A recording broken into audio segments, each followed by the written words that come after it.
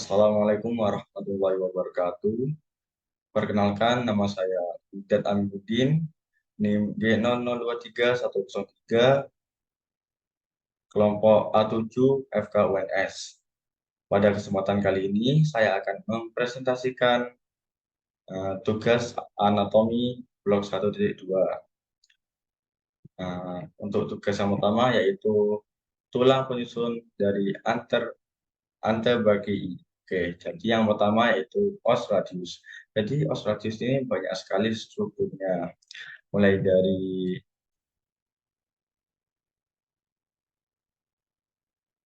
burgo anterior, corpus radii, terus ada tuberculus radii, dan banyak sekali lainnya. Bisa dilihat di gambar ini. Selanjutnya kita akan beralih ke os ulna.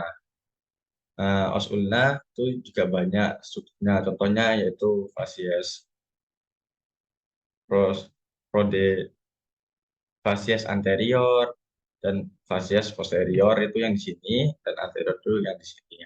Ada juga margo interoseus, terus margo posterior.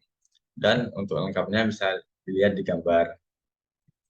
Selanjutnya untuk nomor 2 yaitu sendi penyusun dan pergerakannya. Oke. Jadi untuk sendi penyusunnya itu sendi kubiti dan dibentuk oleh 3 artikulasio, yaitu artikulasio humeroradialis, artikulasio humeroulnaris, dan artikulasio radioulnaris proximal. Untuk artikulasio humeroradialis ini, tipe persendiannya yaitu sendi peluru atau globoidea, dan untuk gerakannya itu fleksi dan ekstensi. Selanjutnya yaitu artikulasio humeroulnaris.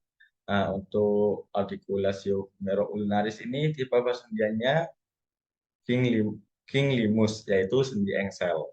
Untuk gerakannya itu sama fleksi dan ekstensi. Untuk artikulasi radioulnaris proximal itu tipe persendiannya itu trochoidea atau pivot joint.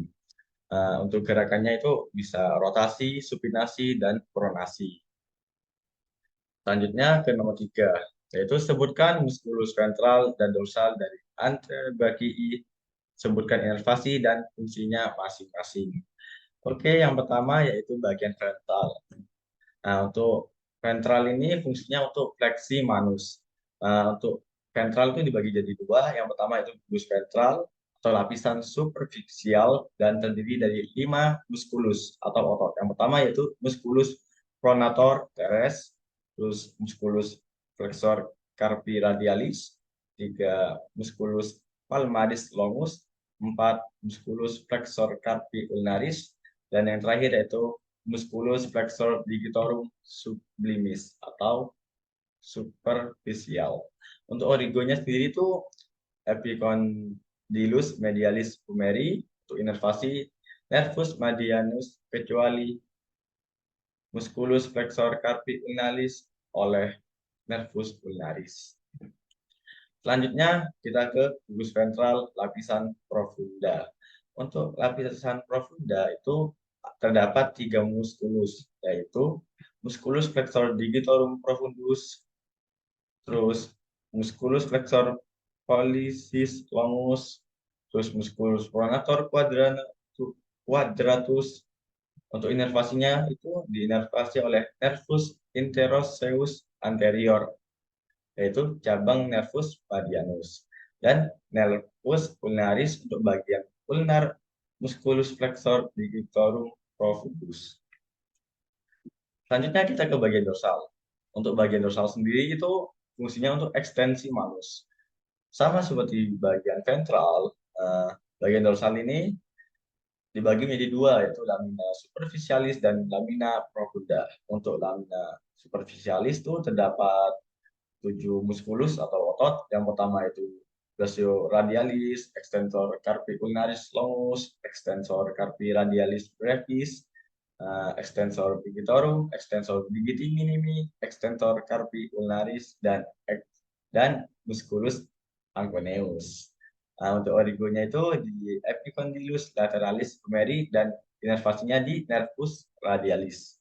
Kita beralih ke lamina profunda. Untuk lamina profunda ini terdapat 5 muskulus. Yang pertama itu supinator, yang kedua abductor pollicis longus, yang ketiga extensor pollicis brevis, yang keempat extensor pollicis longus, yang terakhir yang kelima itu extensor indicis. Untuk inervasinya itu di nervus radialis. Sekarang kita beralih ke ekstremitas inferior. Untuk pertanyaannya, bagaimana perjalanan plexus sacralis dan lumbalis memberi inervasi ke ekstremitas inferior? Oke, jadi untuk perjalanannya itu uh, ekstremitas bawah dipersarafi oleh plexus lumbosacralis. Plexus terdiri dari anterior dari saraf spinal yang berasal dari medulla spinalis, segmen lumbal, sacrum, coccygeus yang menyatu untuk membentuk plexus lumbalis dan plexus sacralis.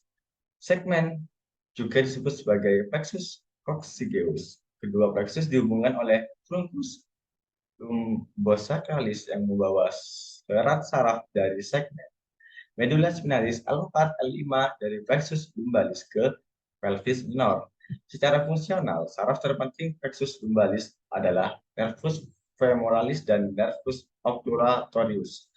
Nervus femoralis memberikan persarafan motorik ke kelompok ventral otot panggul dan paha, yaitu fleksi sendi panggul dan ekstensi lutut, serta persarafan sensorik ke aspek ventral paha dan aspek anterior medial muka. Nervus obturatorius memberikan persarafan ke motorik ke kelompok aduktor dan persarafan sensorik ke paha medial. Cabang terkuat dan terpanjang dari plexus sacralis adalah nervus insiaticus dengan kedua cabangnya, yaitu tibialis dan fibularis. Saraf ini memberikan persarafan motorik ke otot hamstring, yaitu fleksi sendi panggul dan ekstensi lutut, dan keseluruhan otot dari tokai bawah dan kaki. Saraf ini juga memberikan persarafan sensori ke betis dan kaki, gluteus superior dan inferior, mempersarafi otot-otot gluteus yang mewakili ekstensor utama, rotator, dan abduktor panggul. Nervus pudendus mempersarafi otot regioperinealis dan memberikan percabangan sensoris ke genitalia eksterna. Otot-otot dasar panggul dipersarafi oleh cabang otot langsung. Oke, untuk sebetulnya untuk caranya itu seperti yang disebutkan tadi. Selanjutnya kita ke topografi ekstremitas inferior. Kali ini saya akan membahas tentang regio glutea. Untuk batas-batas dari regio glutea yaitu untuk superior atau atas itu diagonal dari titik tertinggi dari crista iliaca, atau ujung atas tulang pinggul di sisi depan ke tulang belakang tepat di bawah pinggul. Untuk bagian inferior atau bawah itu lurus dari lipatan pantat hingga perineum. Apa itu perineum? Perineum itu daerah di antara alat kelamin luar dan anus. Untuk bagian tengah atau medial itu di sepanjang lipatan pantat. Dan untuk lateral itu di sepanjang bagian luar dari pinggul dan atas dari paha. Untuk struktur di regio glutea termasuk maksudnya tuh di regio glutea ini ada beberapa struktur, yaitu otot gluteus maximus. Otot ini adalah otot terbesar di bokong. Selanjutnya ada otot gluteus medius dan minimus. Otot ini terletak di bawah gluteus maximus. Keduanya membantu dalam berdiri tegak dan menjaga keseimbangan tubuh saat berjalan. Dan yang ketiga yaitu trochanter major. Ini adalah tonjolan besar di tulang paha atau femur yang terletak di bagian atas luar regio glutea. Selanjutnya ada ischium dan sacrum. Apa itu ischium dan sacrum? Oke, jadi ischium dan sacrum itu merupakan bagian dari tulang panggul atau pelvis yang bentuk dasar dari regio glutea. Dan Yang terakhir ada perineum, merupakan area di bawah endothelium, terdiri dari otot-otot dan struktur lainnya mendukung alat kelamin eksternal dan anus. Oke, uh, terima kasih. Uh, Cukup sekian videonya dari saya. Mohon maaf apabila ada salah kata. Assalamualaikum warahmatullahi wabarakatuh.